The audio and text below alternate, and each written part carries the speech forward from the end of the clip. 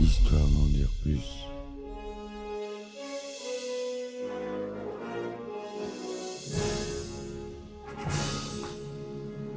Eh ben attendez, on est en France. Allez, cul sec. Hop.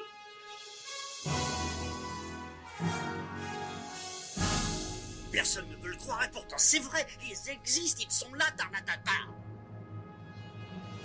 Le blanc. Il faut qu'on pète.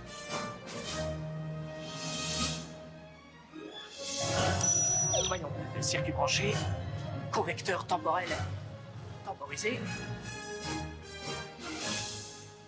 Bonjour, bienvenue sur Histoire d'en dire plus.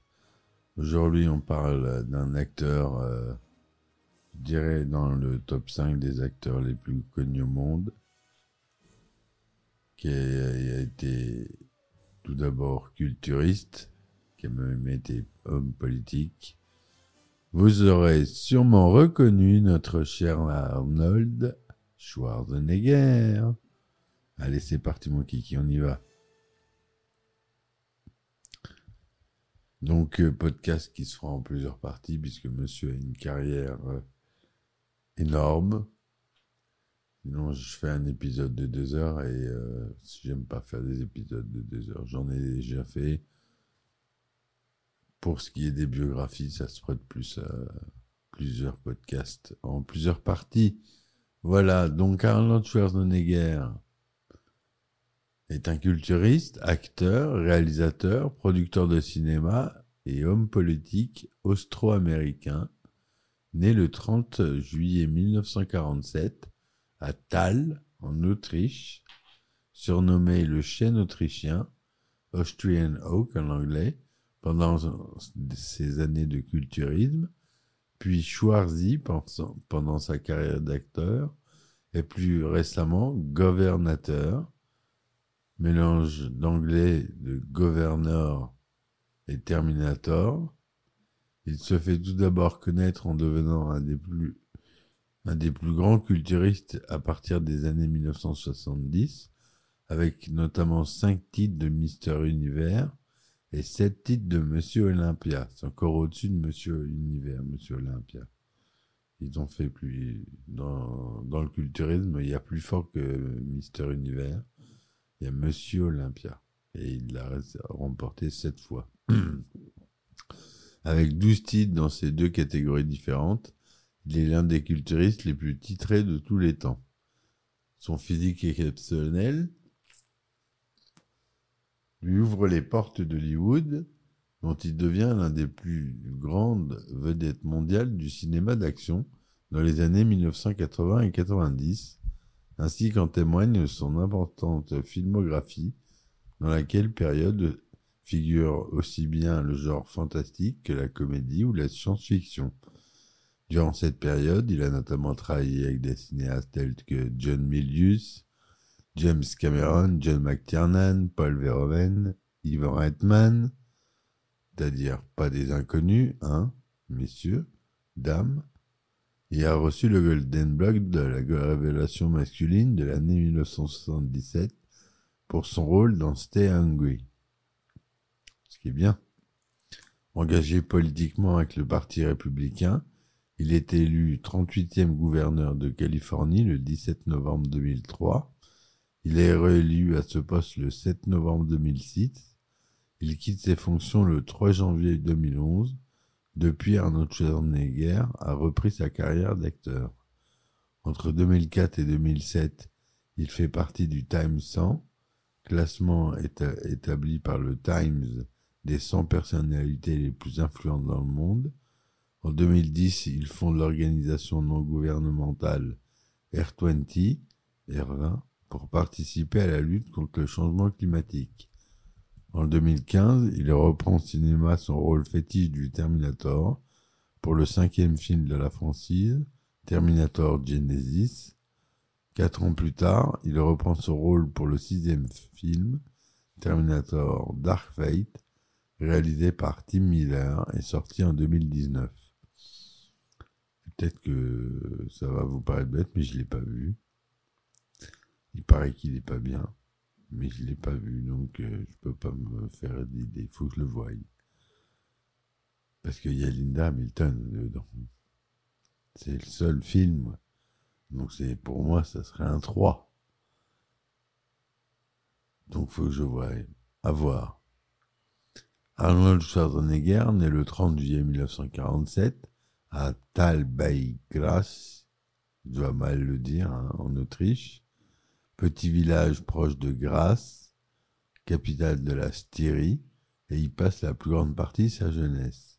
Son nom de baptême est Arnold Alois Schwarzenegger.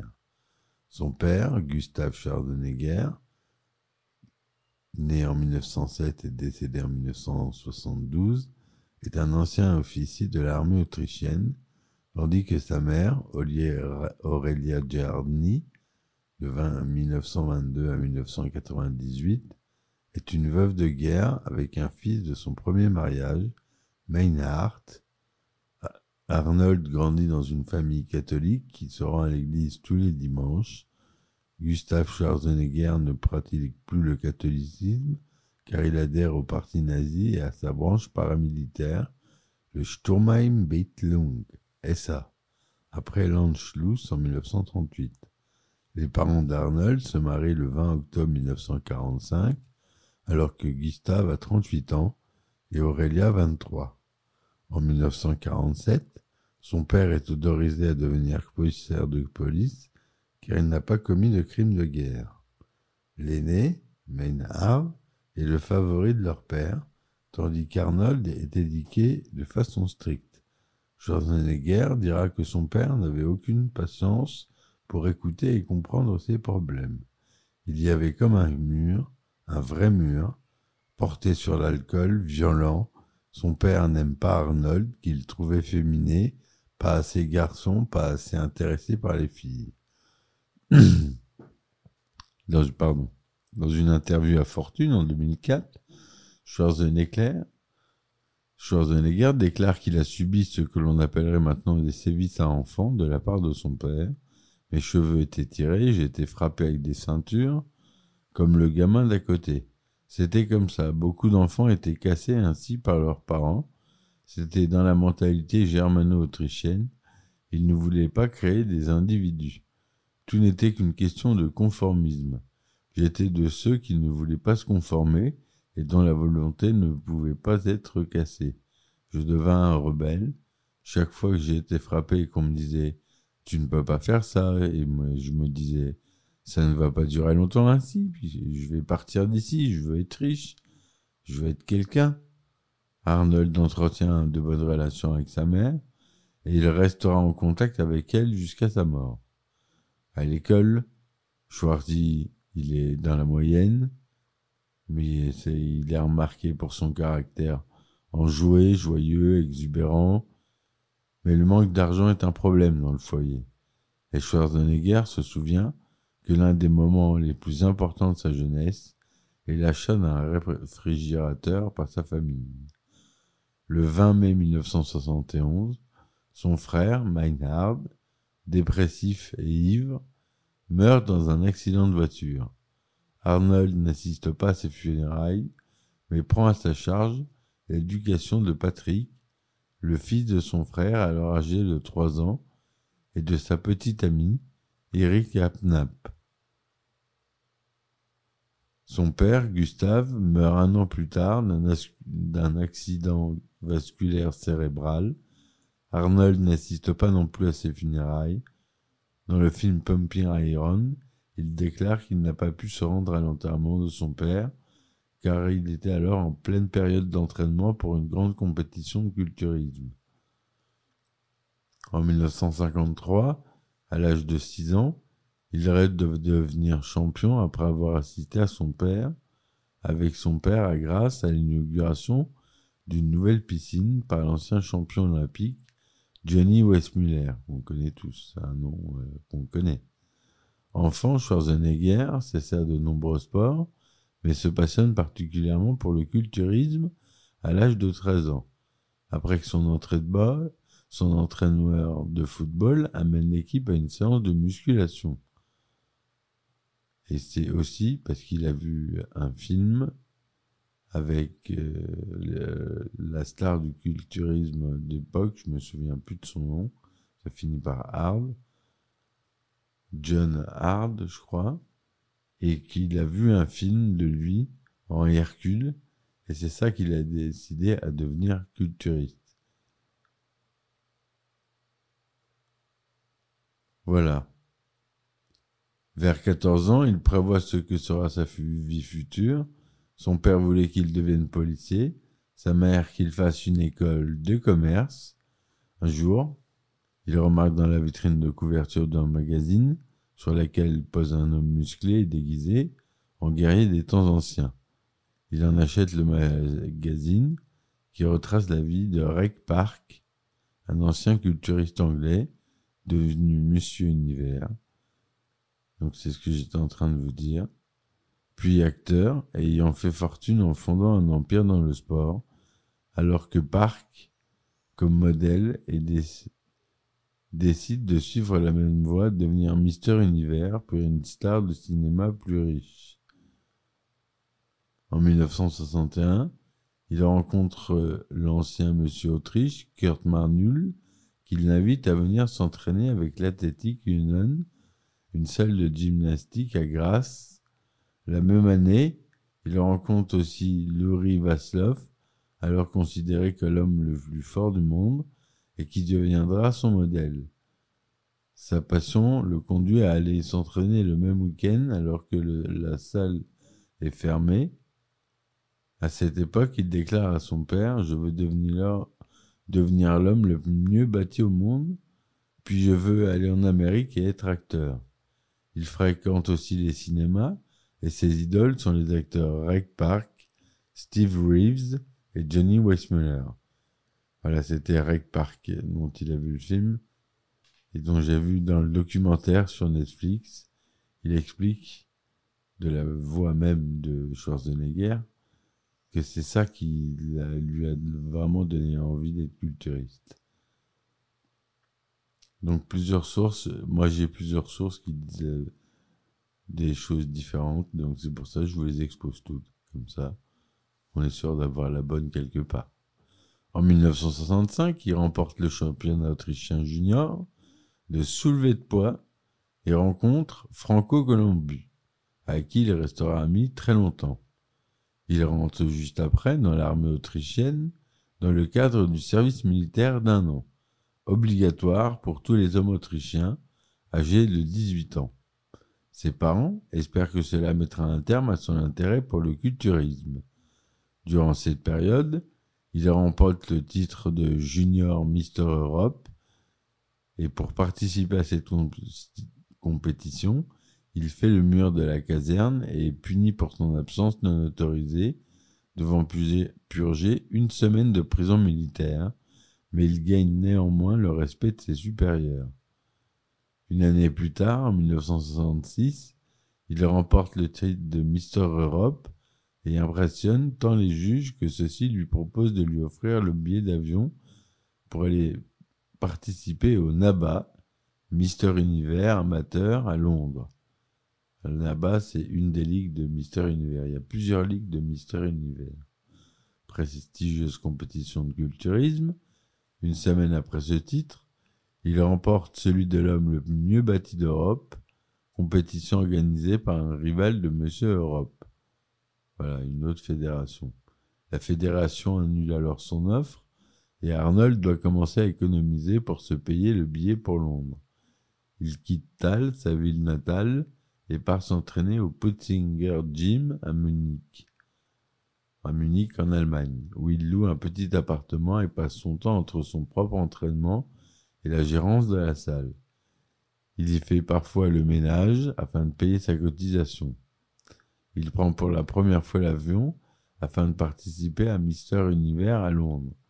C'est là qu'il acquiert le surnom de chêne autrichien ou de chêne styrien, en partie à cause de son gabarit impressionnant, 107 kg pour 1m88, et d'une histoire de traction faite au sommet d'un chêne sur les berges du Tallersee.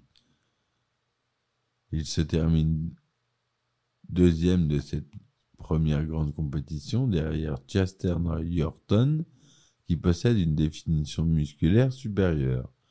Il dira plus tard, le titre de Mister Univers est mon ticket pour l'Amérique, la terre des opportunités où je pourrais devenir une star et un homme riche. À Londres, toujours, il participe encore à Monsieur Univers, et c'était son ticket pour l'Amérique, la terre des opportunités où il pourrait devenir une star et un homme riche, comme il dit. À Londres, toujours, il participe à sa première exhibition de culturisme, à l'invitation de son ami Wag Bennett, qui lui annonce qu'il doit apprendre à faire le spectacle et introduit de la musique dans sa routine d'entraînement. En 1967, Arnold a mis assez de côté d'argent pour acheter le Puttinger Gym, et grâce à la publicité faite par sa seconde place pour le titre amateur de Mister Univers, le nombre de cotisants passe de 70 à 200. Il s'entraîne différemment, inventant de nouveaux exercices afin d'améliorer la définition qui lui avait manqué l'année précédente. Il participe à nouveau au Mister Univers amateur de Londres et remporte son premier titre majeur contre Denis Tinero, devenant ainsi le plus jeune Mister Univers de l'histoire à l'âge de 20 ans. Donc en plus, c'était le plus jeune gagnant de Mister Univers. En 1968, premier titre, puisque vous allez voir, il y en a d'autres. En 1968, il gagne le Stone Lifting Contest à Munich et prouve que les culturistes sont également des hommes forts. Il remporte surtout le premier titre professionnel européen de Mister Univers, de la NABA, donc la National Amateur Bodybuilder Association, une des fédérations dont je vous ai parlé tout à l'heure. Dans les coulisses de la compétition, il rencontre Joe Weider, impresario canadien qui règne sur la presse spécialisée dans le culturisme. Il l'invite à venir participer aux compétitions aux États-Unis. En septembre 68, à l'âge de 21 ans, il part enfin s'installer en Outre-Atlantique avec très peu d'argent en poche et un niveau d'anglais plutôt faible. Surpris par les compétiteurs américains plutôt graciles, il n'arrive que deuxième derrière Frank Zane lors de son premier Mister Univers américain. Joe Weider accepte de le sponsoriser pendant 1 an. En échange, celui-ci utilise le nom et le visage d'Arnold à des fins publicitaires. Weider l'envoie s'entraîner au Gold Gyms à Venice Beach en Californie, là où tous les meilleurs culturistes s'entraînent. Pendant cette période, il devient l'ami du catcheur professionnel superstar Billy Graham. Il développe également une affaire de vente par correspondance de compléments alimentaires vendus sous le nom de Arnold Strong. Il s'est lancé dans tout, il a acheté des immeubles, il est intelligent, Arnold, il est intelligent. En 69, il rencontre Barbara Outland Baker, alors serveuse dans un restaurant situé près du Gold Gym, avec qui il vit en couple jusqu'à leur séparation en 1974. Le couple se rencontre 6 à 8 mois après l'arrivée d'Arnold aux États-Unis. À leur premier rendez-vous, ils regardent l'alunissage d'Apollo à la télévision. Ils partagent un appartement à Santa Monica pendant 3 ans et demi, et ayant peu d'argent, ils vont à la plage tous les jours et font des barbecues dans le jardin. Barbara Baker a déclaré qu'Arnold était un self-made man, autant qu'il est possible de l'être. Il n'a jamais reçu d'encouragement de ses parents, de sa famille, de son frère. Il avait juste son immense détermination et son charisme.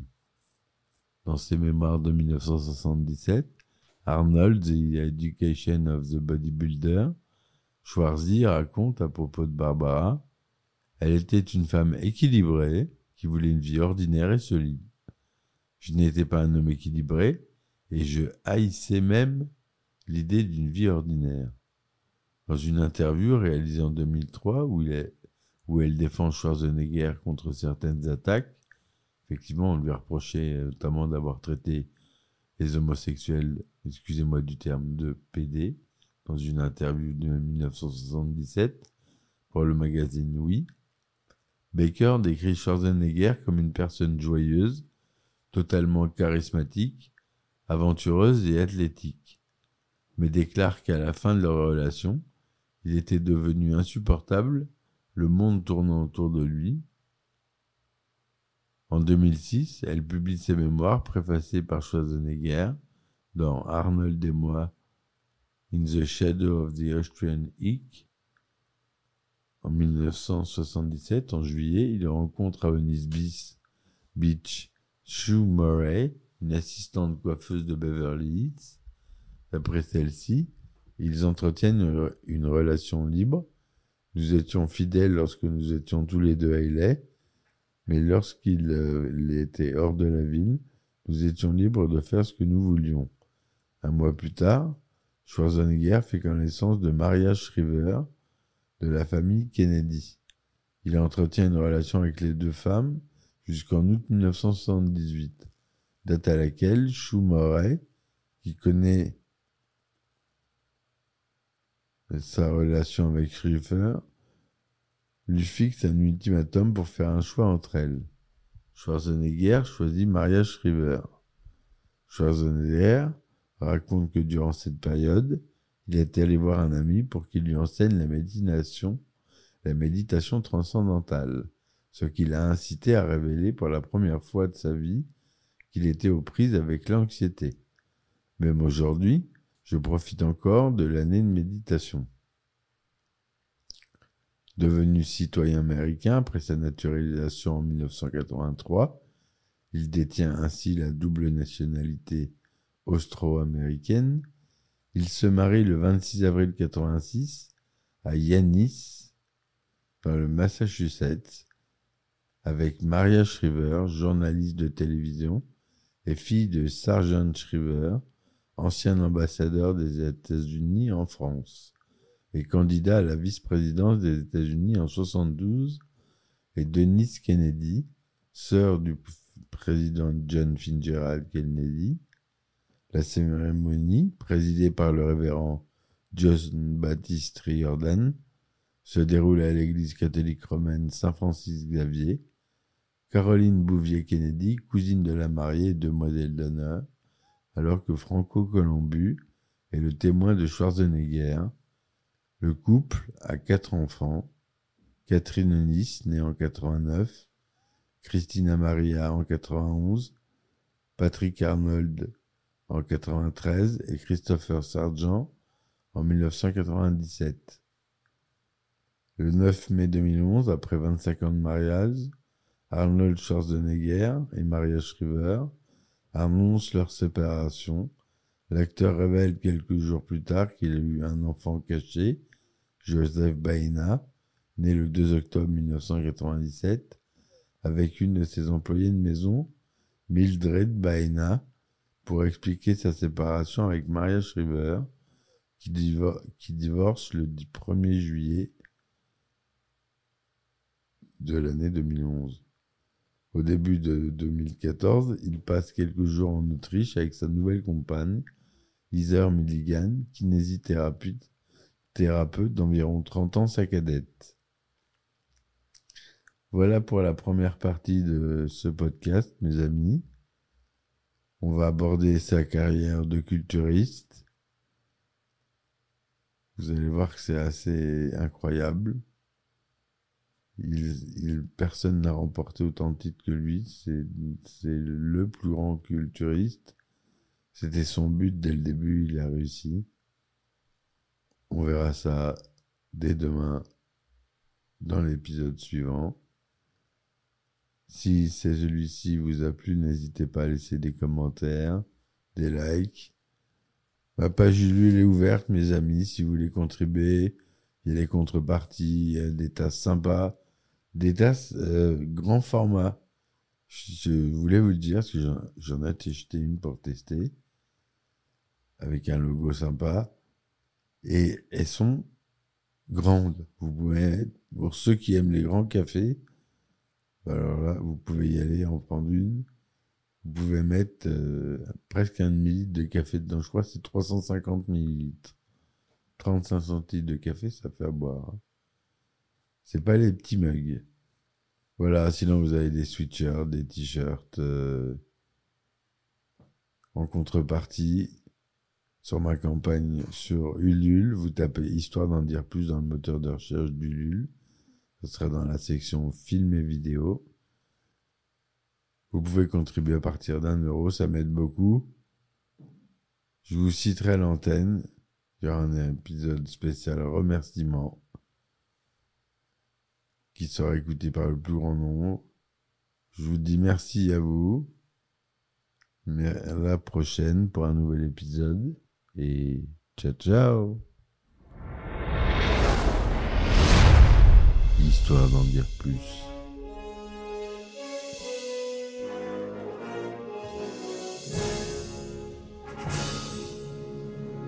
Eh ben attendez, on est en France. Allez, cul sec. Hop.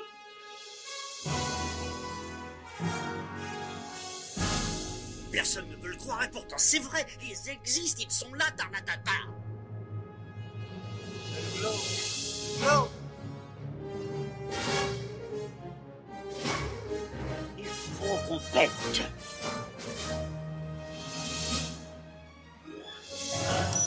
Voyons, circuit branché, correcteur temporel temporisé.